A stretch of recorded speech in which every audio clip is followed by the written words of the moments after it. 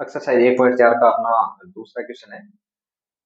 दूसरे क्वेश्चन में क्या दिया है, a is equal to a comma b दिया है, b is equal to a b c दिया है। क्या ए सबसेट बी है और ए यूनियन बी ज्ञात करना है। पहले तो हमें पहला क्वेश्चन ही इससे पिछले वाले प्रश्नावली है 1.3 का ये क्वेश्चन है वैसे, कि क्या ए सबसेट बी है।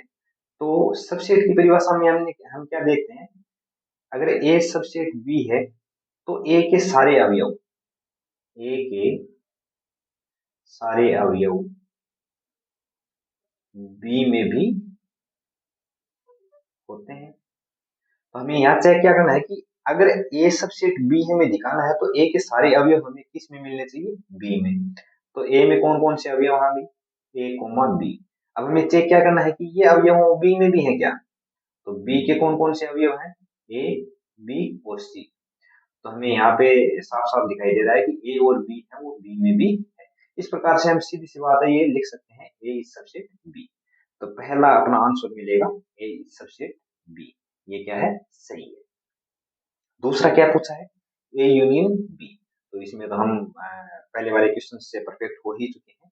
ए यूनियन बी हमें क्या निकालना है, ए यूनियन बी में क्या लिखेंगे, पहले ए के सारे अवयव लिख देंगे, ए कोमा बी। अब बी के वो अवयव लिख देंगे जो ए में नहीं आए हैं। तो ए और बी तो ए से आ गए हों और बी में क्या बचा है, केवल सी।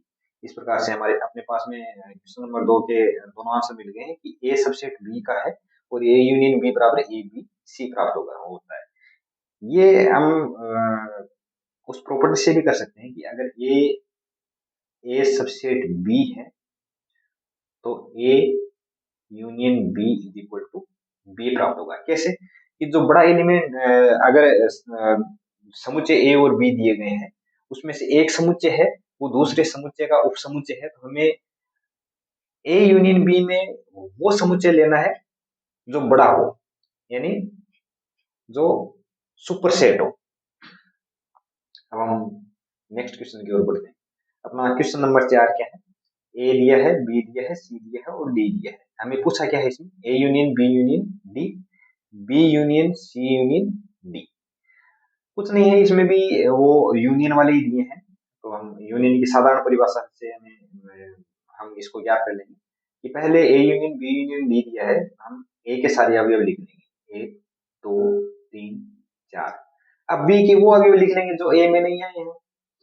तो ए में से कौन सा आ गया है, 3 और 4 आ गए हैं, जो बी में भी है 3 और 4।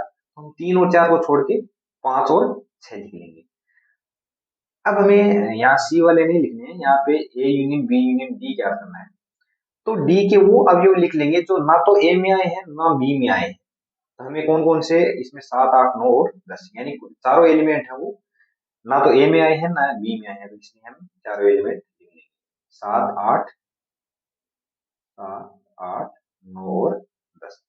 और ये अपने पास में क्या प्राप्त हो जाएगा, A union B union D. Next question है वो भी सेम इसी का है। ये मैंने क्वेश्चन नंबर 4 के हैं वो पार्ट लिखे हैं, बाकी क्वेश्चन है वो आप आराम से कर सकते हो। जो मैंने पीछे क्वेश्चन करवाए हैं सेम टू सेम उसी पे हैं, या आप अगर ये 2 पार्ट कर लेते हो तो इसके सारे पार्ट है वो आप कर सकते हो। इस प्रकार से मैंने क्वेश्चन को चूज किया है। हमें ज्ञात क्या करना है, B union C union D ज्ञात करना है। तो पहले बी के सारे अवयव लिख लेंगे, 3 4 5 और 6। अब सी के वो अवयव लिख लेंगे जो बी में नहीं आए हैं, 5 6 7 8 सी में है। सी में कौन कौन से अवयव हैं, 5 6 7 और 8। तो 5 और 6 तो बी से आ गए हैं, हमें लिखने हैं कौन कौन से, केवल 7 और 8। अब डी के वो अवयव लिखने हैं जो ना तो बी में आए हैं ना सी में आए हैं। तो अपने पास में कौन कौन से अवयव बच जाएंगे, वो 7 और 8 है वो सी से आ गए हैं, बाकी कोई भी अवयव है वो अब तक आया नहीं है। तो हम 9 और 10, इसमें अपना ये आंसर हो जाएगा B union C union D. इस प्रकार से हमने एक्सरसाइज 1.4 के हमने क्वेश्चन नंबर 4 तक कर लिए हैं।